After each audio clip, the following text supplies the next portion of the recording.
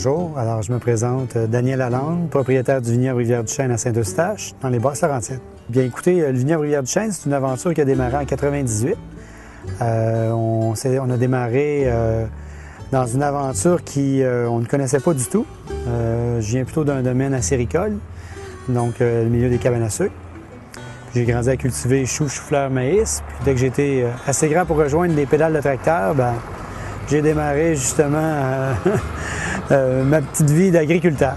Aujourd'hui, le vignoble Rivière-du-Chêne, c'est 18 hectares de vignes et un vignoble qui se démarque par ses produits, par ses services. On a des vins qui sont disponibles autant dans les réseaux agro, soit les marchés des saveurs, les trucs comme ça, les foires, bien sûr à la boutique du vignoble, puis dans le réseau de la SAQ où notre progression est très bonne. On travaille avec le fût de chêne pour quelques-uns de nos produits, dont les Phoenix, alors que le William, on veut surtout présenter le fruit et le soutenir par un bois qui se trouve être assez discret là, dans le vin. On fait aussi de très beaux vins blancs, de très beaux vins rosés et je crois qu'on peut miser d'abord sur ces produits pour permettre d'apprivoiser notre clientèle.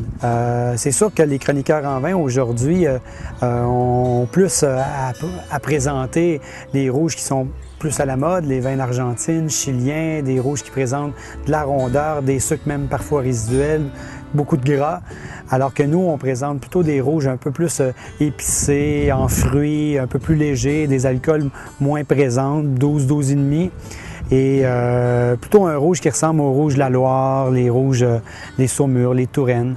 Donc, peut-être que tantôt, ces rouges auront la cote. Le Beaujolais, il y a quelques années, avait la cote. Là, il l'a un peu moins. Puis, je pense que ça fait partie des modes. Dans nos services que nous offrons, bien sûr, on a une salle qui nous permet justement là, de présenter nos vins dans un accord vin mai où notre chef Yannick Gouin, qui est ici depuis déjà 3 ans, présente une très belle table, le reflet de notre entreprise, soit sans prétention, mais de bon goût et très gourmand. On a toutes sortes de services où ce que les gens vont s'amuser à s'amuser avec les jeux de fer, les jeux de pétanque, les chevaux que nous avons pour faire des balades soit en tracteur ou avec les chevaux.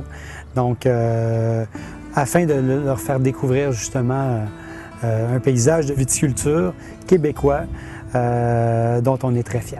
Bien, les visites sont ouvertes à l'année. On a 3 formes de visites.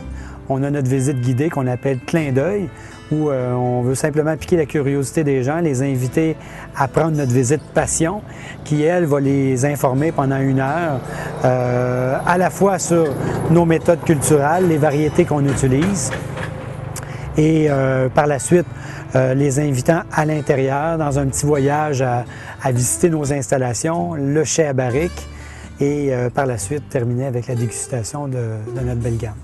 Bien, la région des Basses-Laurentides, elle se démarque surtout par sa diversité culturelle, sa diversité des gens qui ont des belles choses à offrir.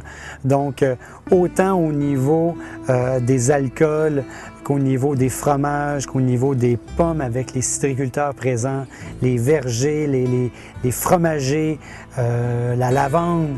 En fait, je pense qu'une journée passée dans les Basses-Laurentides, ça réunit la famille, ça les rejoint pour à la fois les plus grands comme les plus petits, puis il y aura des plaisirs pour tout le monde. Donc le vignoble, bien sûr, quand les enfants ont passé une belle journée, c'est au tour des grands à venir terminer la journée en saluant justement les beaux produits de chez nous.